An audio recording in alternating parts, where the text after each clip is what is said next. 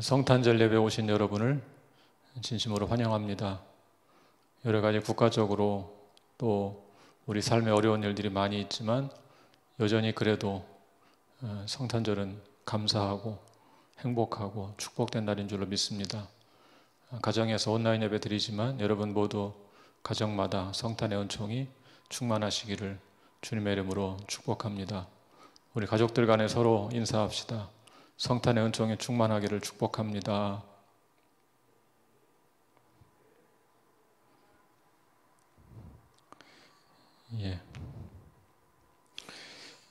오늘 설교를 시작하면서 여러분과 함께 그림을 한 장 좀 보려고 합니다. 제가 본래는 그림을 화면에 띄워서 보여드리며 설명하려고 했는데 좀 저작권 문제가 있어서 그렇게 할 수가 없는 상황입니다. 그래서 고심을 하다가 여러분 밴드에 보시면 설교 개요가 밴드에 띄워 있을 텐데 거기에 보시면 블로그 링크가 하나 있습니다. 지금 좀 여셔서 링크를 눌러서 그림 부분을 열어주시면 좋겠습니다. 그렇지 않으면 여러분 네이버에 검색어를 입력하실 때 영화 살해 그림, 영화 살해 그림이라고 입력을 하시면 여러 개의 블로그가 나오는데 그 중에 위에서 두 번째 피터 브리겔의 영화 살해라고 쓰여져 있는 것을 클릭하시면 됩니다. 하시면 각자가 그림을 보실 수가 있습니다. 좀 더 쉽게 하기를 원하시는 분들은 밴드에 있는 개요를 보시고 그 링크를 누르시면 되겠습니다. 제가 좀 시간을 드릴 테니까 링크를 눌러서 그 블로그를 열어주시면 좋겠습니다.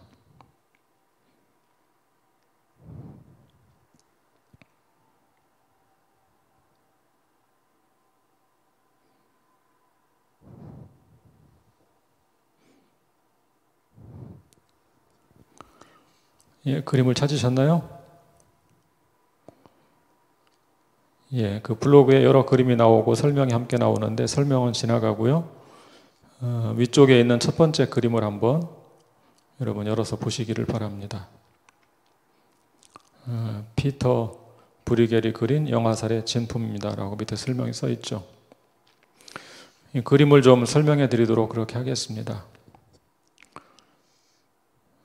이 그림은 예수님께서 탄생하실 때 헤롯 왕이 베들레헴 인근 2살 이하 영아들을 살해했던 그 사건을 모티브로 그린 그림입니다.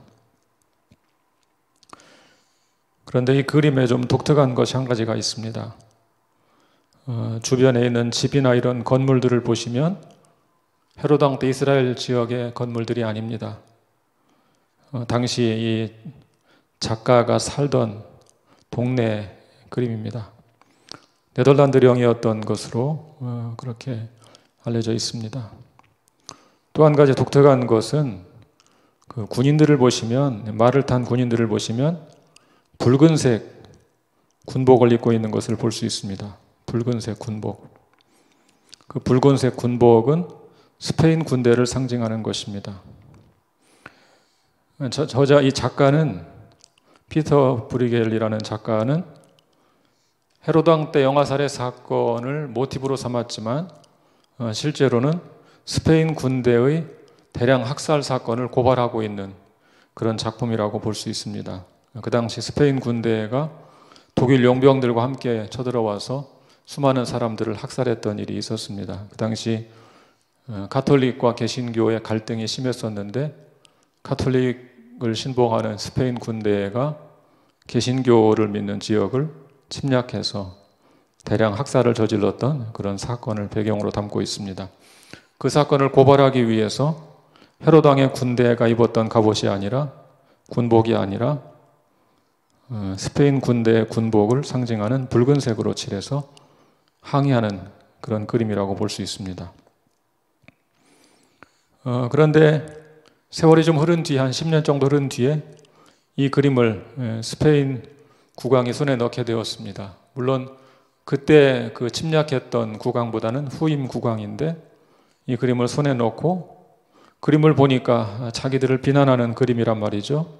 그래서 한 가지 명령을 내립니다. 이 그림에 있는 모든 그 살해당하는 영아들의 그림에다가 덧칠을 하게 시켰습니다. 그래서 자세히 보시면 아시겠지만 이 그림에 나오는 본래 있었던 영아들 사진은 다 지워져 있습니다. 영아들 대신에 무슨 보따리가 그려져 있기도 하고 또 동물이 그려져 있기도 하고 이렇게 해서 영아 살해 장면을 감추려고 시도했습니다. 그런데 여러분 그 그림을 좀 내려가 보시면 두 번째 그림이 보일 텐데요. 두 번째 그림은 위아래 두 개의 그림씩 대조되는 방식으로 그려져 있습니다. 위쪽에 있는 그림은 덧칠한 그림입니다. 덧칠을 해서 아기들을 감추었습니다. 그런데 엑스레이로 비추어 보니까 덧칠하기 전 그림들이 나오는데 엄마가 보따리를 안고 울고 있는 것이 아니고 사실은 죽은 아기를 안고 울고 있는 그런 장면입니다. 나머지도 마찬가지죠. 염소를 붙잡고 있는 것처럼 보이는데 엑스레이로 비추어 보니까 그것이 영아였던 것입니다. 오른쪽에는 무슨 새 비슷한 것을 들고 있는데 사실은 영아를 들고 있는 것이었던 것이죠. 그래서 그런 식으로 그림에 덧칠을 해가지고 자신들의 어떤 대량 학살을 감추려고 시도했던 것입니다. 또 그 밑으로 내려와 보시면 똑같은 그림이 또 하나 있죠. 근데 이 그림은 뭐냐면 피터 브리겔의 아들이 스페인 국왕이 덧칠하기 전에 본래 있었던 아버지의 그림을 복제한 것입니다. 그러니까 아버지가 그린 진품의 그림 모양이 그대로 남게 됐던 것이죠. 좀 내려와 보실까요?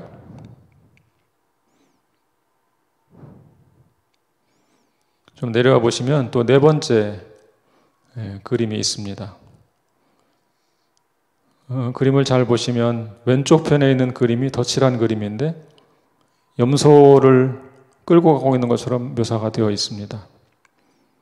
오른쪽 그림이 덧칠하기 전 그림인데 비교해 보시면 아기를 끌고 가고 있는 것을 볼 수 있죠. 또 내려가 보시면 마찬가지입니다. 내려가 보시면 왼편에는 어떤 남자가 주머니에 쌓인 무엇인가를 탈취해 가는 것처럼 보이는데 본래 그림은 그것이 아기를 끌고 가는 모습이었습니다. 엄마가 살려달라고 애원하고 있는 그런 장면이라고 볼 수 있죠. 나머지도 마찬가지입니다. 나머지 그림도 다 그렇게 덧칠한 것을 벗겨보면 그곳에 본래 영아가 그려져 있었던 것을 볼 수가 있습니다. 나머지 그림은 천천히 보시면 되겠습니다. 한번 생각해 보죠. 스페인 국왕은 왜 이것을 덧칠하게 시켰을까요? 자신들의 대량 학살을 감추기 위해서 그렇게 했던 것이죠. 스페인 국왕도 헤롯이 영아를 살해한 것은 잘못이라고 생각했을 것입니다. 만약 그냥 영아만 살해하는 것을 그림으로 그렸더라면 이렇게 덧칠할 이유가 없었을 것입니다. 그런데 그 그림을 그리면서 헤롯 왕의 군대에다가 스페인 군대에 옷을 입히는 것으로 그림을 그렸기 때문에 그것이 헤롯 왕의 영아 살해 사건이 아니라 자기들의 대량 학살 사건을 고발하는 것이라고 생각했기 때문에 덧칠을 해서 감추려고 시도했던 것이죠. 여러분 한번 잘 생각해 보십시오. 스페인 국왕은 자기들의 잘못이 무엇인지 엄밀히 말하면 알고 있었습니다. 학살이 잘못된 것이라고 생각할 수밖에 없는 것이죠. 그렇지만 헤롯이 영아를 학살한 것은 심각한 죄라고 생각하지만 사실은 자기들이 저지른 일은 그런 죄는 아니라고 의도적으로 자기 합리화를 하고 감추려고 시도했던 것입니다. 역사 속에 벌어진 사건에 대해서는 잘못된 것이라고 당연히 말할 수 있지만 그것을 자기들 시대로 비유하면 자기들 시대로 대입해서 적용하면 자신들의 죄는 인정하지 않으려고 했던 그런 시도라고 볼 수 있죠. 자, 오늘 본문을 읽어보시면 비슷한 내용이 또 나옵니다. 우리 본문 말씀 같이 보겠습니다. 마태복음 23장 29절과 30절입니다. 마태복음 23장 29, 30절 화면을 보시면서 한번 같이 읽어볼까요? 시작. 화 있을진저 외식하는 서기관들과 바리새인들이여, 너희는 선지자들의 무덤을 만들고 의인들의 비석을 꾸미며 이르되, 만일 우리가 조상 때 있었더라면 우리는 그들이 선지자의 피를 흘리는데 참여하지 아니하였으리라 하니.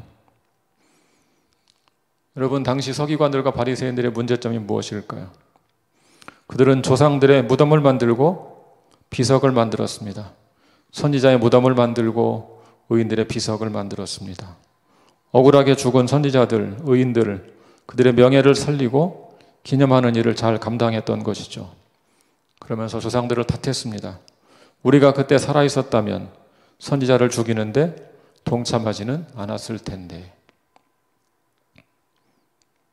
그런데 이 사람들에게 한 가지 문제가 있었습니다. 예수님은 이들의 문제점을 날카롭게 지적하십니다. 우리 마태복음 23장 34절을 같이 보겠습니다. 마태복음 23장 34절. 다 같이 읽을까요? 시작. 그러므로 내가 너희에게 선지자들과 지혜 있는 자들과 서기관들을 보내매 너희가 그 중에서 더러는 죽이거나 십자가에 못 박고 그 중에서 더러는 너희 회당에서 채찍질하고 이 동네에서 저 동네로 따라다니며 박해하리라. 서기관들과 바리새인들은 선지자들을 박해한 조상들을 원망했습니다.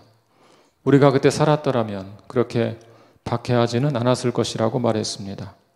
그렇지만 막상 자기 시대에 찾아온 선지자들을 박해했습니다. 조상들이 선지자를 박해한 것을 원망하면서 막상 자신들도 자기 시대의 사람들에게는 동일하게 행한 것입니다.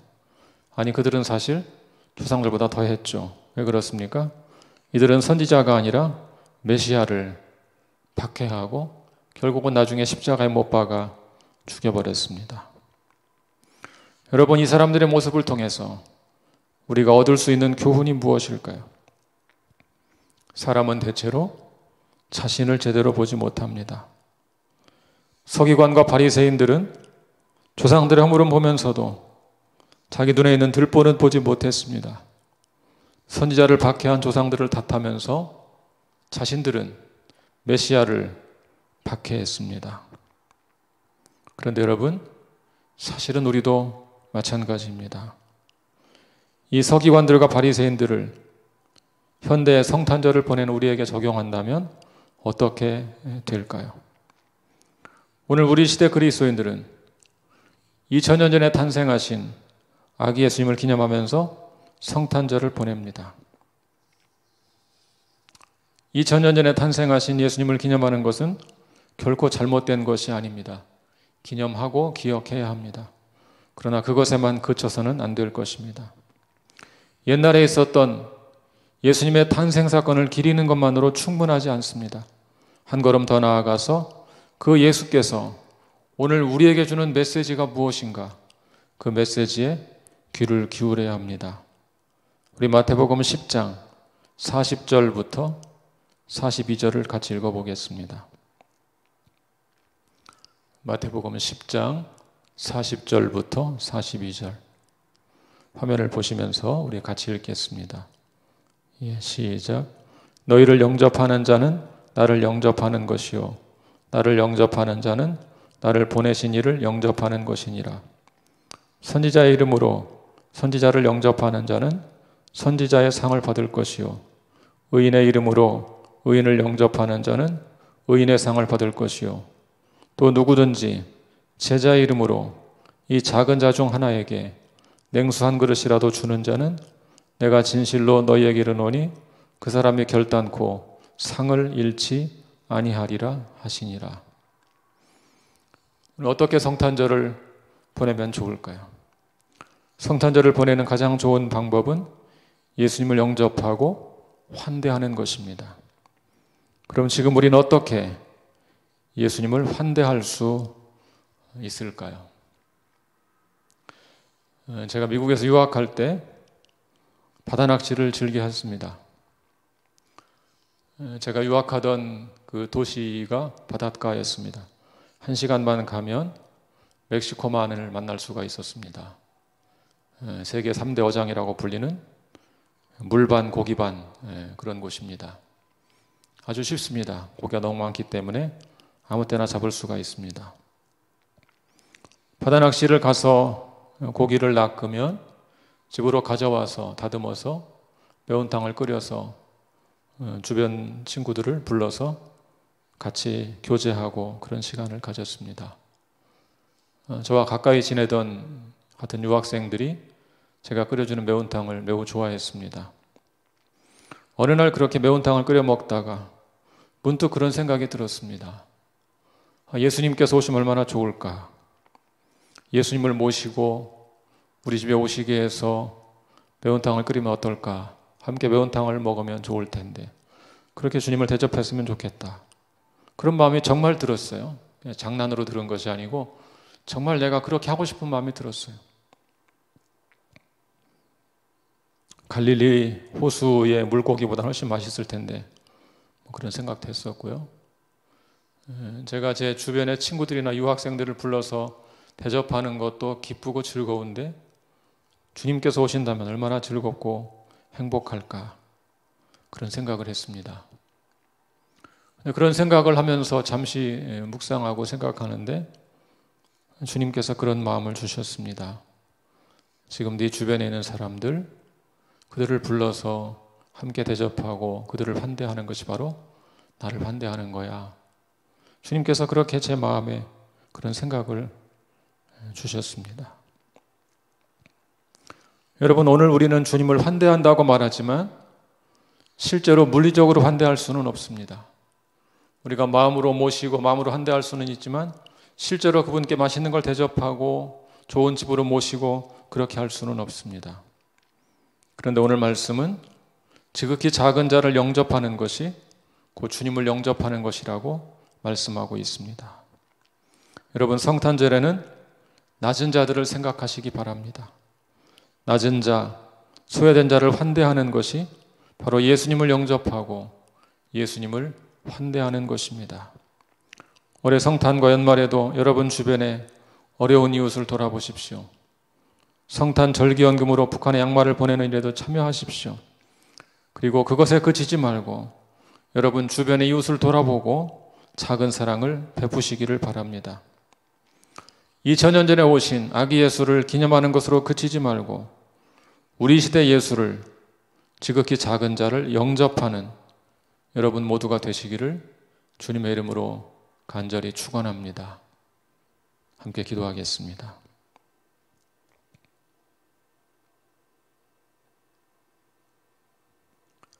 하나님 아버지,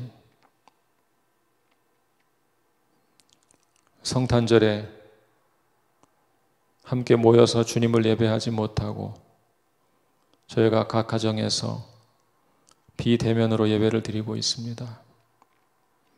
저희를 긍휼히 여겨주시고 이 땅을 굽어 살펴 주시옵소서. 이렇게 조용한 성탄절이 얼마만인지 모르겠습니다. 이 조용한 성탄절에 성탄의 참된 의미를 더 깊이 묵상하고 마음에 새깁니다. 낮은 자들을 환대하고 영접하는 것이 곧 주님을 환대하고 영접하는 것임을 기억하고 우리 주변에 낮은 자, 소외된 자, 고난당하는 자를 돌아보기를 원합니다. 그들을 영접하는 것이 주님을 영접하는 것이라고 하셨으니 그들을 환대하는 것이 주님을 환대하는 것이라고 말씀하셨으니 주변의 이웃들을 돌아보고 살피고 그들을 초대하고 환대하고 사랑으로 돌보는 그래서 성탄의 참된 의미를 실천하는 저희들 모두가 될 수 있도록 주님 인도하여 주시옵소서. 살아계신 예수 그리스도의 이름으로 기도하옵나이다. 아멘.